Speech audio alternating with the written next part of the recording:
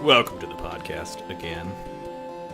This is us doing a thing that if you're only listening, it's fine, because whatever. Multitasking. So we wanted to talk about... Lulu Dallas multitask. Sorry, go We ahead. talked about... last time we talked about spoilers, which I thought was pretty good. We were going to talk about something else about spoilers. Were we? I thought we were going to... Well, we were going to talk... We mentioned a lot of things. We did. We talk about Life of Pi. But we were going to talk about specifically what we said. We sort of covered all that stuff. I mean, we can talk about that still more, but I mean, Lost was great, Breaking Bad was great. No. The end.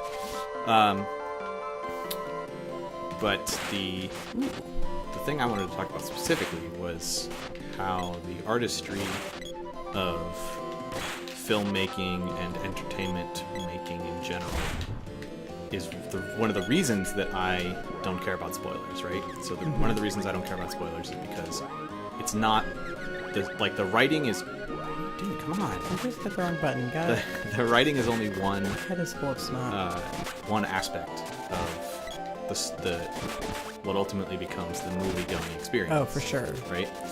Whereas, like, the filming... Like, you know, you can have fantastic writing and totally shit movie.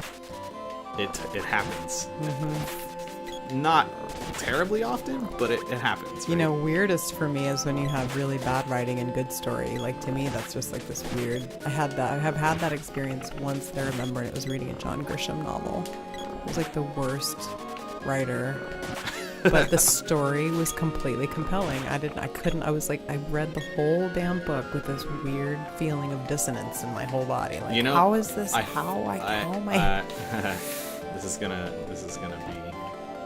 is a major confession. Although it has been documented on the YouTubes. I read Twilight in a similar fashion. Even though like the writing is fucking bad. It's so bad. But something about that story the first time is just like... Haha, cure your corpse. It's just, you just want to... Oh, shit. It is. Nice. You just want to keep reading it, right? You just want to, like... It's just this shitty story, but something about it makes you... I get that. It is, and it's a weird dissonant... It's like cognitive dissonance or something. Like and now that I look back on it, like, I can't even read it. It's just so bad that I can't read it again. Yeah. But yeah, Twilight was like that for me.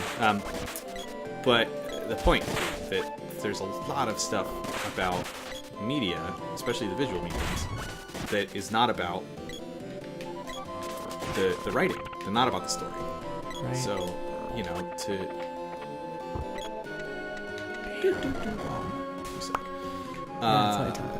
you know, so it's fine for me to have something be spoiled, because what I really want to watch is how all those artists make art. Yeah. You know, make the thing that they're going to make. So editors and you know, directors of photography, and how they shoot it, and how they light it, and how they... you know, even down to like sound design, the gestalt spectacle of it. Yeah, like all of it. All of it is something that is a big part of the experience for me. And so you can't spoil that. Like that stuff can't be spoiled. Yeah, that's true. That other stuff.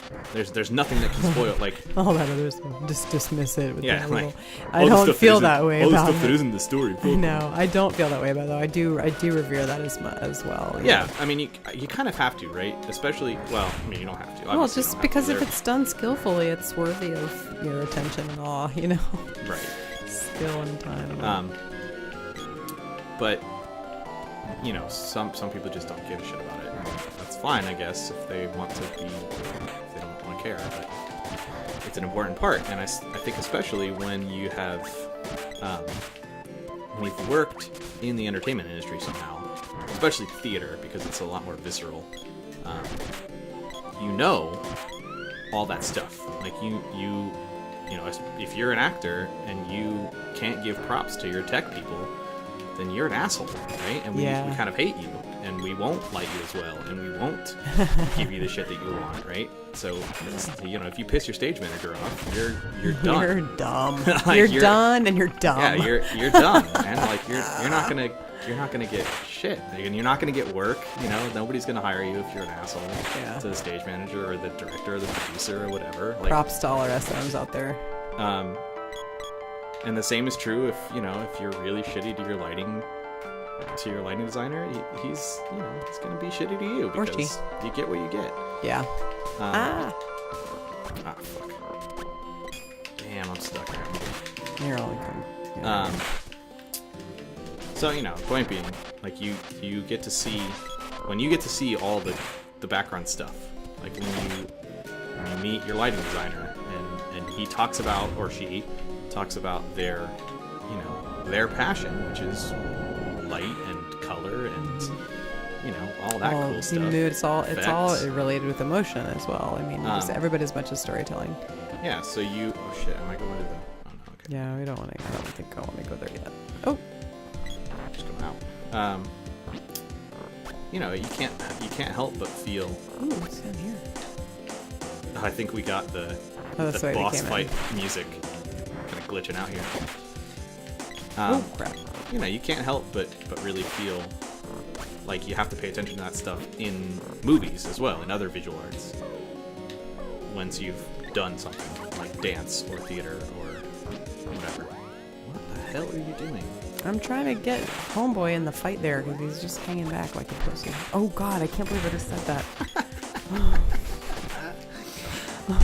I'm really offended that I just said that. Wow. Okay, so now there's a subject for another podcast. Social indoctrination into derogatory, misogynistic idioms. Anyway. Oops. You're Google, there she is.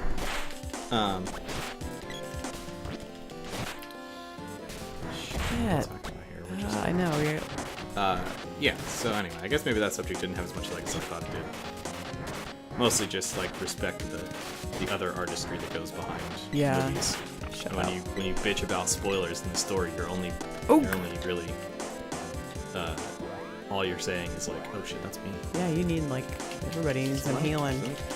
Hey, hold You don't all need healing. You do. I can't do you. You can. I can't. Oh yeah, I guess I can. Weird. It didn't. Give it at first. So the other Calm one, down, as Pixel says. What's what we want to talk about? Oh, I want to talk about Life of Pi because you seem to believe. Oh, the big reveal. You're not remembering the big reveal. I don't believe there is one. It's not that I'm not even remembering. It's that I don't think there is a big reveal. Okay, there was a completely transformational revelation at the end of the book that absolutely paradigm shifted my experience of the whole story. Retroactively changed everything. Which was? Spoiler alert, if y'all haven't read it or seen the movie, just saying. Stop watching. Which was, yeah, stop on it because we're about to talk about it. We're going to talk about it for the rest of the video, so you might as well just turn it off. Go ahead and subscribe now and blah, blah, blah, comment. Bye. The revelation that they were not actually animals. That is not explicitly said. Yeah. Right? So no, it's not. It isn't. You're right. It isn't explicitly said. So that I think is what's important to note about that book is because when I finished that book, the biggest conversation I had with any of my friends who had also been reading it at the time was, okay, was it real? Was it animals or was it an allegory? Right. Like in general, was the story real? Was anything about it real? Like up to and including like the beginning, which was, you know, his parents being zookeepers and all that stuff. Like, was any of that shit real? Or was there some other thing going on, right? Was there some other, like, whatever? Because I think that's more fascinating than... Right, that he cast doubt. Right, so, like, at the end of the book... Is that a case of unreliable narrator? Yeah, a little bit, yeah. So, like, if at the end of the book, let's just make some progress. Well, I want to get a little bit of Okay, we're just I'll not going to go make save. progress in this episode either. Sorry. Oh, we guys. are. We'll do this, and then we'll go save, and then we'll go get the baddies. So, like... Oh, shit. Sorry. So, you know, like, if at the end of that book, it had been like, haha, JK, lols, if they had explicitly said it, then you're right, it would be a spoiler. But it's never explicitly You're right. It was more said. nuanced than that. It's sort of implied, and it leaves it up to the reader to decide. That's right, because he asks, it's a better story. Doesn't he say something like, it's a better story this way, or whatever? Right. Right. He's talking to the person interviewing him. Yeah. So, I mean, I think that's the more fascinating way to approach that story, which is great, because it is a good story, right? So, because he doesn't say, BT dubs, everything was inside my head, and the tiger was part of me, or whatever, like it was all... I see, because that isn't what I took it. I took it to be that he says that his mother was the I took that to be literally true. Like, so in my mind it was a big reveal because he cast doubt on it, and so at that point in the story I shifted my belief to that I had been being told an allegory all this time, but it was more powerful because it was, you were being brought into his experience on that boat, in which for him it was like this PTSD survival thing, where in his mind it may have been that the whole time. Right. For him it was the tiger, but it then, you know, from the outer perspective, it was not literally true. It was an emotional experience. Right. So, give the sprite some too. So the, I guess maybe I could do that. I don't know. Yeah, you can. That's fine. Have you seen Beautiful Mind? Yeah. The film? So I went into that film without knowing anything, right? I didn't know anything about what the film was about. All I knew was I went to my local Blockbuster or whatever it was at the time. It might have been Hollywood Video. Either way, they don't exist anymore, either one of those companies. So who cares? I went to this antiquated place and got a DVD. You were an old timer. Kind of like a red box, Old-timey except it rental. didn't come in a little red box. It came in a real, Big blue building. yeah, DVD case, right? So I went there, and I used to go there like every single day after work and just go through the they had like a you know, just buy it rack. You could buy anything, Right. like anything that they had on that rack for $5. So I'd go there and I'd just buy DVDs all the time. I wouldn't even rent them. I just buy them. Yeah, because sometimes it was cheaper just to buy them. They had them on the Yeah, it's sale definitely or not whatever. cheaper to buy them. I Yeah. could have easily, you know, been renting them for far less than I was spending on the purchases of these DVDs. But, you know, if I liked the DVD, then I'd keep it and I'd watch it a bunch of times and it'd be fine. If I didn't like it, then whatever. I would just, I don't know, I'd just get rid of it or something. But yeah, so I bought the DVD having no clue about what this story was supposed to be about. Right. And I think that's one of the stories, like I said last week, or last video, that's really benefited from me not knowing what it was about. Right. Because I was completely taken in by the story, in the same way that you were taken in by The Life of Pi until the very end, where you realized maybe it was allegory. Well, even so, I was still taken in by the story. Like, Sure. But like... oh, well, Fuck, that sucks. that's fine. Maybe those guys always give a couple wishes. I guess so. If they give treasure at all. Are we gonna make progress now? Yeah.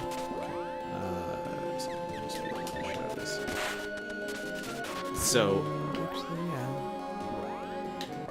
you know, not knowing anything about that film, it was all like, you know, oh shit, is he, you know, is he really like a spy? Like, I was like, oh yeah, cool, this is gonna be like a sweet 50s, you know, like spy, like war era spy thing. Right. And I was like, it'll be great. This is gonna be a great film. But you know, obviously it turns out that he has schizophrenia, and that all of it was fake and inside his head. But even then, even still, like I was still convinced, in the same way that he was, that it was that, you know, it was these Russians were trying to like fake him out, and like he was trying to get all like whatever. Like I was in his shoes 100% the whole way. Nice. Because of, I think, the way that the story was, because of the way it was presented, because of the actor's conviction, and the way that they sort of put that shit together, it really, really made it feel like this is absolutely, you know, I'm all about it. Not suspending my belief, just like, you know, I'm just in, right? So, you know, so I think that that's one instance where, you know, it's better not to have to give that reveal necessarily. Right. I still enjoy the film. I've seen it a couple more times, having known the twist, and it's still so good because it's still like, you know, because of that first experience, it was like, wow, this is still pretty damn incredible. And I don't think a spoiler screwed that up for me. Because now I can watch it and see all the ways in which they're really hinting at that. So that's another way of like having a spoiler really enhance the experience, is like, you know, if you know what's coming, if you know that he is so Fight Club is another one, right? You've seen the film, right? Yeah. Okay, good. Many times. Yeah. I'm So a big fan of Fight Club. if you watch Fight Club critically, you can know very early on. If you can pick up on the little hints that they're showing you, like you the can know flashes of Tyler Durden right at the very, like even during the opening credits, they're flashing frames of him. They're flashing shit, frames, I need and to change like my you weapon. don't see them in the same time at the same place. Like there's all these hints. So change your shit. So you have the sword. I do. Do you want it back? Have the axe. Just take it. Just take it back. The sword is fine. I can use something else. Let's see.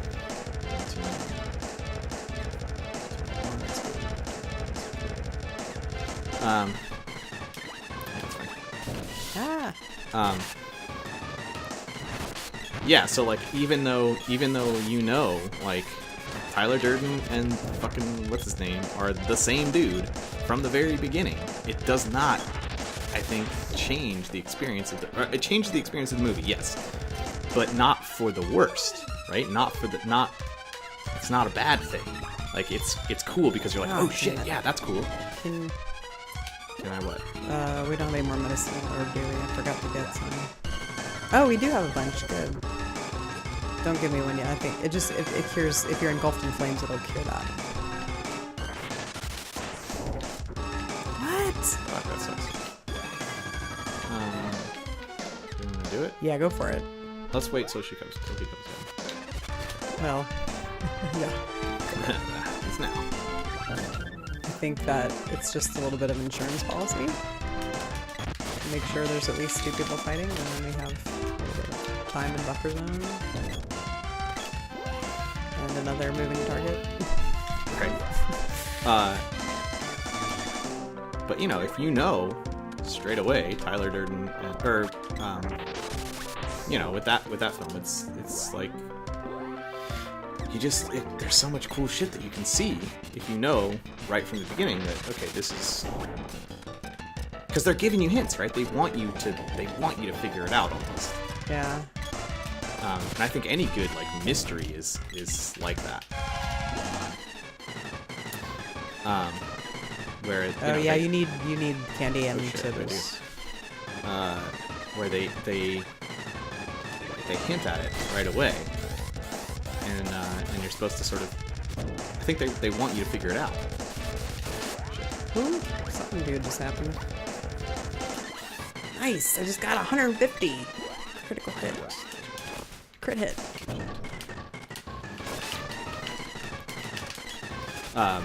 You know, they want you to figure that shit out. I'm trying to think of another movie that's like that, where they drop those hints really early on. Well, so Frozen is another example. Like if you're watching that movie really critically and you're listening to the lyrics right away, oh yeah, as soon as you meet made that fucking call guy, about the you know Prince that Hans. he is out for a specific thing and doesn't care about her. I'm unconscious, that's why I can't move. I thought that was very astute of you, though. Like I heard that same lyric and I didn't conjecture about it. Yeah, and I'm surprised, by the way. So I went into Frozen. We just saw Frozen somewhat recently for the first time, and I had not heard this. I hadn't heard Let It Go. I hadn't seen the movie at all. Like, I don't know how I got away with it, but I somehow what up? 5. I don't know how I got away with it, but I somehow avoided any sort of spoilers. So I didn't know that this guy Hans was going to be a jackass. And they actually maintained the ruse quite Well, deep into the story. Like, it was kind of a reveal at the end. Yeah, it's true. They made you like him all the way to the very end, and there's just that. I mean, I think he's a likable character. I think he's not a horrible person. He's a selfish character. He's selfish. He's out for something specific, and at the expense of her feelings. Like, he clearly didn't care about her. And was willing to kill her. In fact, I mean, I don't think that's terribly likable. He had plans to kill them both. Yeah, I think right at the end, he goes pretty far off the deep end, right? So, but up until that point, he actually was kind of a likable character. He was kind. Like, he was distributing, warm clothing and food to the townspeople, and I question whether that was part of his nature or whether that was part of his ruse. I mean, yeah, clearly it's part of his manipulation, but I think that if you fake something long enough, you become that thing, right? So it's like an Ender's Game where his brother Peter, I think it's... Oh, whoa! What? You're lighting up. Oh my God, treasures, look. Sorry, my controller just lit up. The whip! Oh, nice. Now we can go the shortcut. Why can't I pick this up? Because it's in the middle of a dialogue box. Oh. And I have control.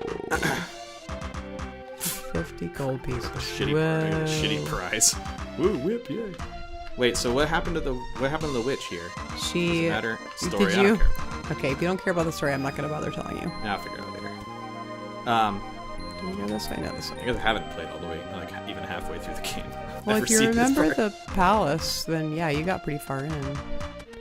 I don't think I do remember that. Anyway, what was I saying? Save it. About Hans. Oh yeah. I mean, yeah. Oh yeah. So the Peter thing. So in Ender's Game, I think it's either at the end of Ender's Game or at some point during Speaker for the Dead. I think it must be during Speaker, which is the second book in the series. Ender has grown up. He becomes this Speaker for the Dead. He writes this book called The Hive Queen, in which he's got this sort of empathetic compassion towards... I think we should assume people have read it, because they should. They should just read it. Yeah, whatever. I mean, whatever. This whole fucking episode has been spoilers. If they cared about spoilers, they would have stopped. No, it's not about spoilers. It's about assuming our nerd people are with us 100%. Right. Yeah, and I'm a Tumblr user. I have no idea how I missed Frozen spoilers. That was interesting. Even though I don't care about them, I didn't actively go seeking them out. I was quite amazed that during the whole watching Breaking Bad, because as you know, we were streaming it. Uh-huh. We were streaming it on Netflix. No, we were actually. We did wait for most of it. There were some that we did acquire. Yeah, but anyway, so we were seeing them later than anybody who was watching it on cable. Mm-hmm. It's Luca. I'm worrying about Daleks. There was a very excellent community around that show that did not spoil it for us. Yeah, like we would get like, oh my God, WTF, Breaking Bad, and blah blah blah. I was like really appreciative, because unless, like someone said in the video, the PBS idea video, unless you're willing to just completely go away from all social media, you're going to get exposure to spoilers at somehow. Yeah. So it's up to you to give and the so proof, like that was Emily. Yeah, so I would quickly scroll through. I wouldn't go hunting for a bunch of stuff and whatever. Right. But every once in a while, you read something about Breaking Bad really quick, and it's just like, wow, people were being very circumspect about how they talked about it. I really appreciated that. Yeah. I mean, there were spoilers out there, but for the most part, yeah, you're right. They were pretty. You. Damn, that has a long movie. All right. has range, weapon range, which makes sense because it's a whip. Totally.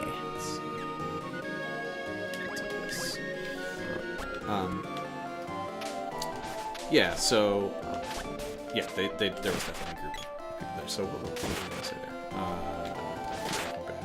What were we talking about before Breaking Bad? Damn it, you got That me we all didn't off. see. I know we got engaged in the game and then we lose track. Frozen. I didn't see anything about Frozen, even though I wasn't specifically avoiding it. I mean, I think now that I think back to it, I definitely did see. I mean, I've got a Tumblr, so I saw stuff. But there was all kinds of other stuff that had been sort of remixed and used. Like, there's a line in the film, "Oh, and if only there was somebody out there who loved you." I did know that line was coming. Yeah. But I didn't know from who, and like, there was, because that line got remixed into a bunch of other stuff. Like, I saw it on, I saw like little memes from like Les Mis, like scenes from Les Mis that also had that put over it. I think. There's just a bunch of other stuff that was like that. So, I knew the line was coming, but I didn't know how it was coming, and I didn't know from who. So I did kind of know. But there is, like, if you're paying attention and you're critical about it, you know right from the beginning that this guy is a creeper. Like, he's only concerned about, his lines in the first song that him and Anna have are. I'm looking for a place. Love is an open door. Yeah, so when they sing that song, she's talking about love and him. Oh, that sucks. And he is talking about her place, basically, her castle, right? Yeah, and his position, like. Yeah, which is, super creepy, and you can clearly tell that he's kind of a dickhead. Yeah. So for me, it was pretty much instantaneous. As soon as I heard that, I was like, wait a minute, he's talking about what? Yeah, so that was creepy and crappy as well. Right. But there's all kinds of. But still, to a certain extent, it was kind of subtle because they talk about maybe it's here with you, like. Right. Yeah, it is. Maybe that's my place. It's subtle, and I think that's why it's important and good writing in general, like and also acting, like they made it subtle enough that it's not. Super obvious that he is going to be a creeper, and right. So it's good. But there's so many films like that, like like we said, like Fight Club, and I guess I don't know if A Beautiful Mind really hints at it too early. I mean, probably I haven't watched it enough to know. Like, I haven't watched it critically. I've just kind of been watching it, sort of, enjoying it. But right. I wonder if there's got to be some of that in the film. I just haven't seen it, or I'm too dumb to pick up on it. I Which is possible. Say that. It's possible. I mean, I'm not saying it's probable, but it's possible. Right. We're about to get magic, yo. Okay, you just go ahead and fight. You do your thing. I'm gonna just run because I got a drink. Wait.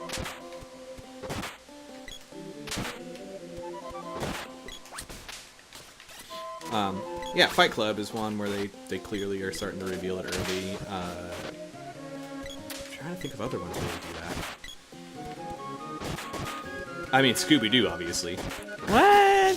Yeah, Scooby-Doo always kind of. Oh yeah. It's like that mystery thing. Like, pretty much any mystery show, if they do it right,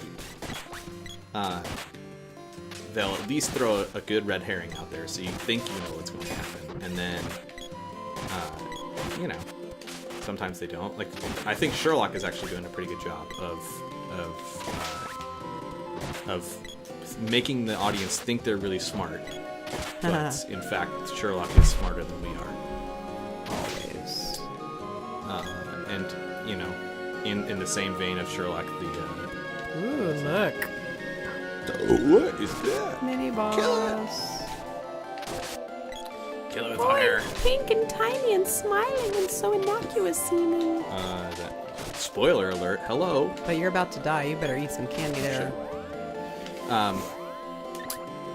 In the same way, House MD is like that. Like, in fact, the character is based on Sherlock. Oh, really? Yeah, he lives in an apartment, 221B, Does he really? Yeah. That's hilarious. And it was so subtle. Like, you wouldn't. Yeah, if you weren't looking out for it, you wouldn't notice it necessarily. I mean, I think at least not the first time. What? Oh, he totally ate ya. Oh, you're dead. I'm not dead. Or the sprite is dead. Sprite. Yeah, if you're not paying attention, the first time at least, in the first season or whatever, that they reveal that, yeah, you wouldn't notice. But I did, because I was watching those. Right. The set design is another one of those things that I think it just adds so much. Set dressing and set design is so good. Production design. Especially because in films, man, they're always doing that shit where they're throwing these little hints in the set. Whatever. I don't know how long we I think we're close. Whatever. Got something funny. Yeah, they're always throwing these little hints into the set, like some background piece that if you weren't watching critically, you would not see. Oh, Clearwater level 3.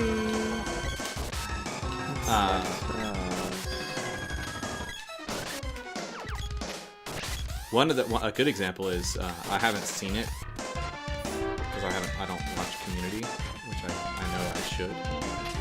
But there's a scene in Community that builds up for like I think 3 seasons. They summon Beetlejuice, and he just like in the first season somebody says Beetlejuice, in the second season somebody says Beetlejuice again, in the third season somebody mentions it, and on the third instance if you're watching closely in the background, Beetlejuice walks by. Huh.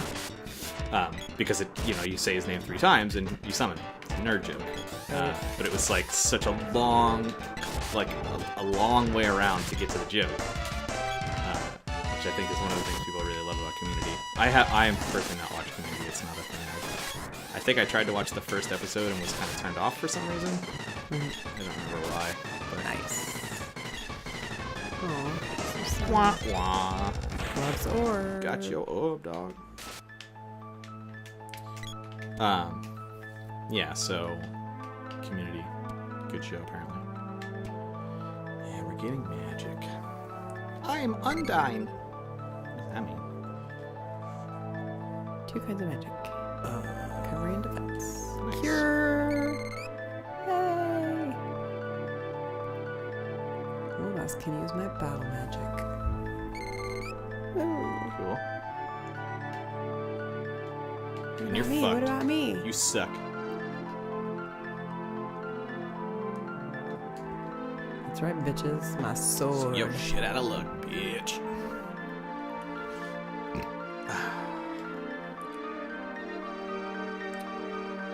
Oh, that's cool.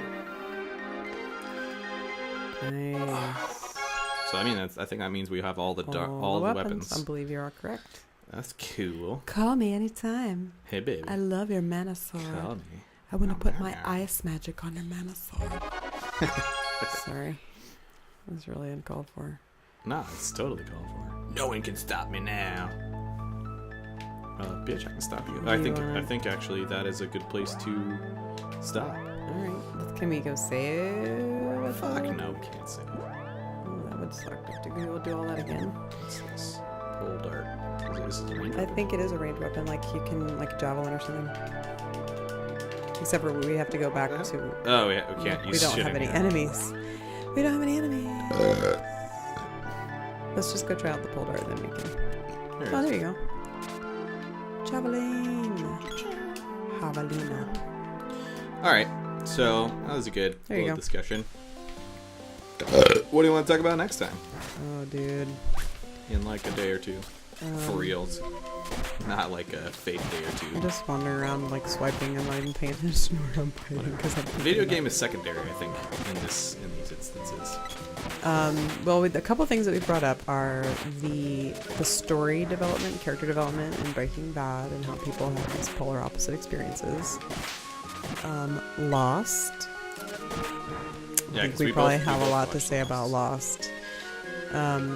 I don't know that I have. I mean, maybe if I go back and rewatch again. I have been I'll have thinking thoughts. about it. Maybe we should just go back and marathon it again. I'm almost afraid to. Like, I'm gonna be so annoyed Well, I watched by seasons 4, 5, and 6 again. I Oh, watched what? I watched the first. Nah, don't bring her back to life. Let's just get to the save point. We're fine. She can sleep. Fuck her. Sprite is a boy.